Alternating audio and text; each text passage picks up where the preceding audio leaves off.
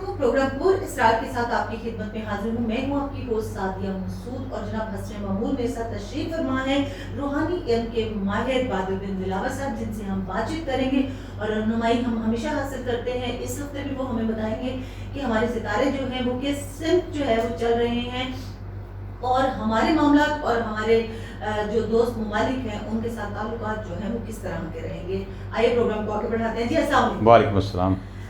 سر، آج آپ کو پتہ ہے ہماری ایکسپیکٹیشنز سعودی عربیہ کے ساتھ ذرا ڈفرینٹ ہے اور ہم سوچ رہے تھے کہ وہ اسرائیل کو شاید ایکسیپٹ کرنے کے لیے جا رہا ہے، لیکن اس نے ایکسیپٹ نہیں کیا. تو اس کے پیچھے کیا اسٹریٹجی ہے، کیا وجوہات؟ جی، اس کے پیچھے جو خفیہ دنیا ہے وہ تو بتا رہی ہے کہ یورینس کا جو اس میں رول ہے اور وینس کا جو رول ہے زورا پلانٹ کا، وہ بڑا اہم ہے. جب ہم دنیاوی طور پر دیکھتے ہیں یہ دونوں چیزیں پاکستان اور پاکستان کی ایجنسیوں کے ساتھ اٹیچ ہیں. ستارہ زورا بھی اور یورینس بھی، نیپچون بھی، پلوٹو بھی. اب یہ ہے کہ سعودیہ جو ہے جو پچھلے گرین ہیں ان کے تحت پورے کا پورا مڈل ایسٹ جو ہے وہ ویسی سازشوں کا شکار ہوا جیسے کہ 1971 اور 72 میں پہلے عالم اسلام اور اسپیشلی مڈل ایسٹ ہوا تھا کہ جب مسلمان جو تھے وہ آپس میں ہی لڑ رہے تھے. عراق ایران وار کی تیاریاں تھیں اس زمانے میں اور دنیا کے جو مڈل ایسٹ کے مسلمان ممالک ہیں وہ آپس میں لڑ رہے تھے. اب بھی لڑ رہے ہیں بہت زیادہ. ان میں جنگیں ہو رہی ہیں جیسے یمن اور سعودیہ کی جنگ ہے. ایون کہ ایران عراق آج بھی اسٹیبل نہیں ہو سکے. ایون کویت کے ساتھ ان کے اختلافات ہیں، ایون بحرین کے ساتھ ہیں، ایون قطر کے ان کے ساتھ اختلافات الگ چل رہے ہیں. تو جو گرین لگے ہیں پچھلے وہ یہ انڈیکیٹ کر رہے تھے کہ یہ کسی نہ کسی سازش کا شکار ہونے والے ہیں. تو سب سے پہلے سازش کا شکار آپ کو پتہ ہی ہے یو اے ای ہو گیا. متحدہ عرب امارات جو ہے وہ اسرائیل کی جولی میں جا گرا ہے اور جو پلانٹس کا خفیہ کردار ہے جسے میں اللہ کی پلاننگ کہتا ہوں وہ ظاہر ہو کے رہی کہ پاکستان کہ چیف آف آرمی اسٹاف اپنی خفیہ ایجنسیوں کی ہیڈ کے ساتھ سعودی عرب کے وزٹ پر گئے اور وہاں کے حکمرانوں سے انہوں نے ملاقات کی اور وہاں پر پھر سیاروں نے وہ کردار ادا کیا ہے کہ پاکستان نے کہا کہ سعودیہ کو کہیں کہ اسرائیل ان کو جو کہتا ہے یو اے کے ان کو جنگی جہاز دے گا، ان کو اسلحہ دے گا، وہ ان سے فوراً ڈیمانڈ کریں. تو انہوں نے ریفیوز کر دیا. تو سعودیہ کو یہ سمجھ آ گئی کہ اسرائیل انہیں چکر دے رہا ہے، اسرائیل انہیں دھوکہ دے رہا ہے، اسرائیل انہیں منافقت میں رکھ رہا ہے. یہ بات یو اے کو بھی سمجھنی چاہیے جو سعودیہ سمجھ چکا ہے. تو سعودیہ کو یہ سمجھ آ گئی کہ اسرائیل تو ایک چکر باز سیاست ہے، ایک ناجائز اور غاصب ریاست ہے جس نے فلسطینیوں کی زمین کو اور ان کے انسانی حقوق کو غضب پر رکھا ہے. تو اس کو جب سمجھ آ گئی تو اس نے کہا کہ میں اس کو ایکسیپٹ نہیں کروں گا. لیکن ان سب کے پیچھے پاکستان کی فوجی اور پاکستان کی عسکری اور پاکستان کی خفیہ ایجنسیوں کی قیادت کا سعودی حکمرانوں، کنگز اور وہاں کے رولر سے بات چیت ہے. ہماری تو سعودی عربیہ کے ساتھ بڑی عقیدت کا رشتہ ہے، بڑا پیار کا رشتہ ہے، روحانیت کا رشتہ ہے. تو پھر یہ بڑھتی ہوئی کشیدگی ہمیں کس طرف کو لے جائے گی؟ پاکستانیوں اور عرب عوام کے دل ایک ساتھ ہیں. ہماری محبت عقیدت کے مرکز مکہ اور مدینہ ہیں اور ہمیشہ قیامت تک رہیں گے.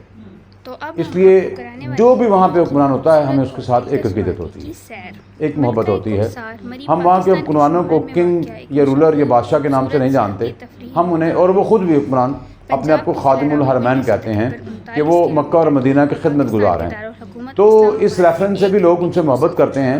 میں نے پہلے بھی یہ کہا ہے، اب بھی یہ کہتا ہوں کہ پاکستان اور سعودی عرب کے درمیان جو اسرائیل نے ایک سازش کھیلی تھی نفرتوں کی وہ اب ختم ہو چکی ہے.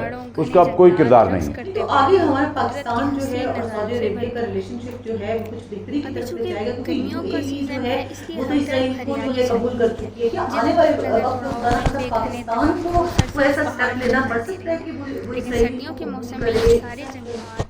قائد اعظم علیہ السلام نے فرمایا تھا کہ اسرائیل ایک غاصب ناجائز ریاست ہے، پاکستان سے کبھی قبول نہیں کرے گا. اور پاکستان کے تمام حکمران بھی یہی نعرہ لگاتے رہے ہیں اور یہ قوم سے وعدہ کرتے رہے ہیں. موجودہ حکمرانوں نے بھی یہی بات کہی ہے کہ ہم اسرائیل کو تقسیم قبول نہیں کریں گے. تو یہ بات سچ ہے کہ پاکستان کبھی بھی اسرائیل کو قبول نہیں کرے گا. دنیا میں واحد ریاست پاکستان ہے جو کہ اسرائیلی غضب کے خلاف اور اس کے غاصبانہ رویوں کے خلاف کھڑی ہے. تمام دنیا کی ریاستیں اگر بیٹھ بھی جائیں گی تو پاکستان سٹینڈ لے گا. اور پاکستان ہی اللہ کے فضل و کرم سے وہ واحد ملک ہے جس پر نبی کریم صلی اللہ علیہ وسلم کی پیشن گوئی ہے کہ مجھے مشرق سے خوشبو آتی ہے. تو یہاں کے بھی لوگ ہیں جو جائیں گے، اٹھیں گے اور اپنے ساتھ ان کے کالے علم ہوں گے اور وہ دنیا جہان کے مسلمانوں کو ساتھ لیں گے اور جا کر یہودیوں کو فلسطین میں قتل کریں گے. یہ تو تھے ہمارے ہمسایہ ممالک کے ساتھ ہمارے تعلقات کی ڈیٹیل جو تھی تشریح آپ نے بڑے اچھے طریقے سے کر دی. اب ہم اپنے ملک کے اندر آ جاتے ہیں. بڑی گہما گہمی اور بڑی گرم گرم خبریں جو ہے وہ آج کل سننے میں آ رہی ہیں. نواز شریف صاحب ایکٹیو ہو گئے ہیں سیاسی لحاظ سے, بڑے ٹیلی فوننگ رابطے اسٹارٹ ہو گئے ہیں. تو یہ آگے ہم کس طرح کو جا رہے ہیں؟ سیرا مریخ جو ہے وہ اس ماہ میں اور اگلے ماہ میں بہت ایکٹیو ہوگا. تو میاں محمد نواز شریف کے نام کا جو پلانٹ ہے وہ مریخ ہی ہے, لیکن وہ اتنا ایکٹیو نہیں ہے کہ وہ آ کر کچھ کوئی قیادت کر سکے یا خود وہ کسی چیز کو لیڈ کر سکے. وہ در حقیقت بیمار ہیں اور بیماری کے زیر اثر ہی رہیں گے. مجھے نہیں لگتا کہ وہ کسی بھی یہاں پر آ کر موومنٹ کو خود بذات خود سنبھالیں گے. ان کے وارثان ہی یا ان کی پارٹی کے وارثان جو دیگر لوگ ہیں وہ اس کو سنبھالیں گے. مریخ جو ہے وہ اس پوزیشن میں نہیں کہ وہ لیڈ کر سکتے. پارٹی کے اندر کسی طرف اشارہ جاتا ہے. ایک طرف شہباز شریف صاحب جو ہے وہ بھی لیکن میں پھنسے ہوئے ہیں, اور ایک طرف جو ہے وہ مریم نواز صاحبہ بھی جو ہے وہ بڑی عجیب بات یہ ہے کہ چونکہ مطلب ناموں کے لحاظ سے اور ڈیٹ آف برتھ کے لحاظ سے جو پلانٹ ہیں وہ زحل اور مریخ کے ہی اس فیملی کے اندر افیکٹس ہیں.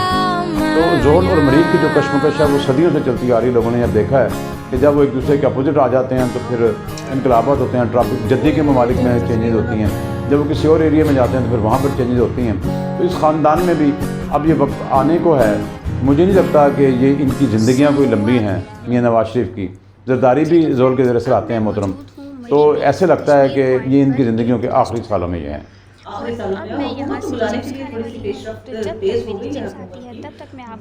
نہیں وہ ساری چیزیں ایکٹیو ہیں, لیکن ایسا نہیں لگ رہا کہ وہ آ جائیں گے. ایسا نہیں لگ رہا کہ وہ آ جائیں گے. کشمیر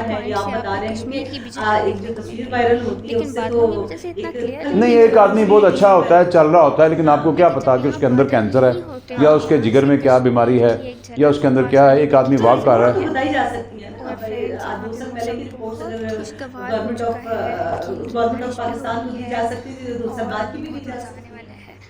نہیں وہ چیزیں جو یورپ سے آتی ہیں, اگر یورپ کی لیب سے چیزیں آ رہی ہیں تو آپ ان پہ اعتماد کر سکتے ہیں کہ رپورٹس کم از کم صحیح ہیں.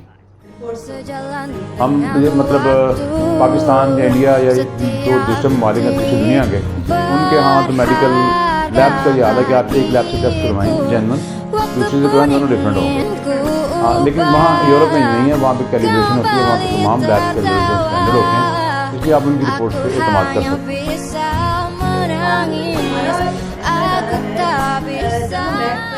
بیٹھ کے قانون سازی کی جاتی ہے. اب وہی ادارہ جو ہے کھڑا ہو کے رہ گیا. گورنمنٹ کے لوگ جو ہیں وہ بتاتے ہیں. جب یہ ہوتا ہے جب پینل پہ آئیں گے یہ لوگ, نہیں میں بتاتا ہوں. دنیا جان میں آپ نے دیکھا مطلب کہ جب مارس پلانٹ جو ہے وہ 12 برجوں میں ایک خاص جگہ پہ جاتا ہے, تو اگر اس وقت پارلیمنٹ کا اجلاس بلوایا گیا ہو تو کیا ہوتا ہے کہ وہی لوگ آپس میں لڑ رہے ہوتے ہیں.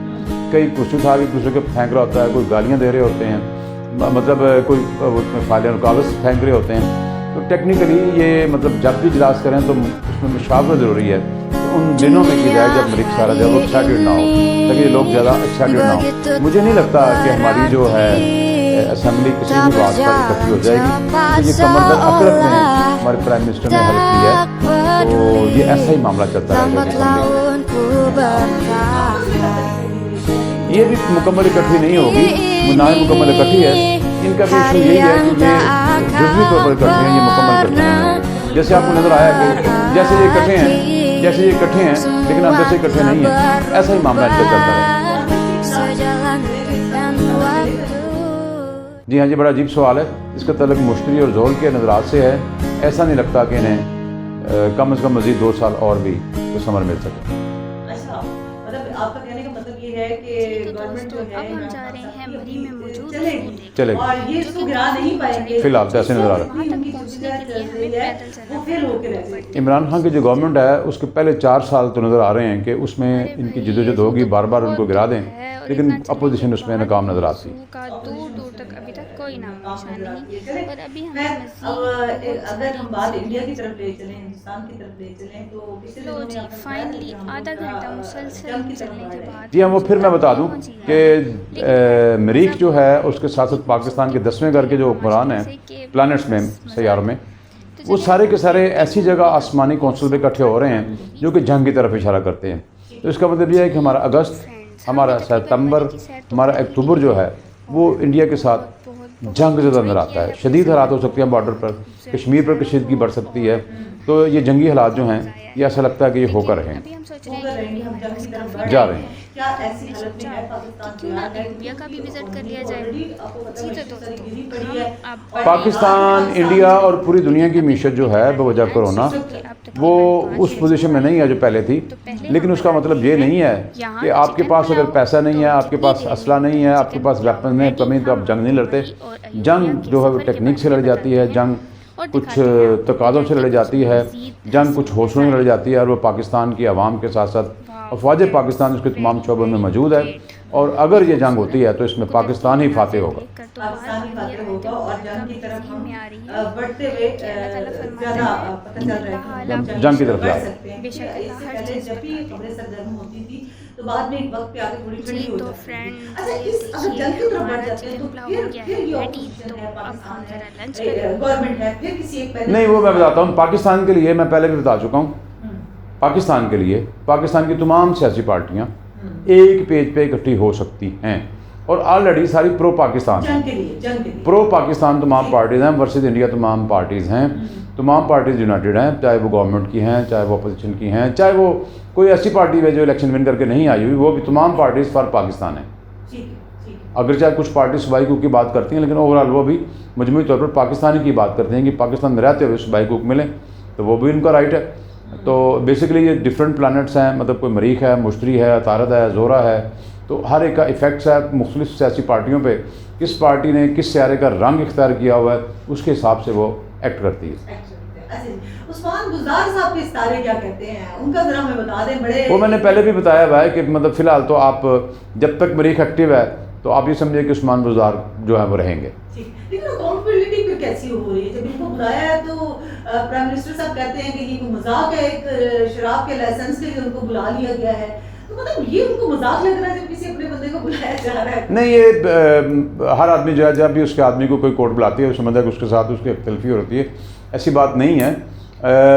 گورنمنٹ کے کسی بھی انسٹیٹیوٹ کا رائٹ ہے کہ اگر وہ کسی کو سمجھتی ہے کہ وہ بلوایا جائے تو اس کو بلوایا جا سکتا ہے. لیکن اپوزیشن کی یہ کنفیوژن تو ختم ہوگی نا کہ اکاؤنٹیبلٹی جو ہے وہ صرف اپوزیشن کی ہو رہی ہے اور گورنمنٹ کے لوگوں. نہیں, وہ اپوزیشن نے چونکہ اپوزیشن کرنی ہوتی ہے, پالیٹکس کا بھی کچھ تقاضے ہوتے ہیں, تو وہ تو یہ نعرہ لگاتی رہے گی کہ صرف ہماری ہو رہی ہے, ان کی نہیں ہو رہی, یا ان کو بلوایا جا رہا دکھاوے کے لیے, یہ ہوتا رہے گا.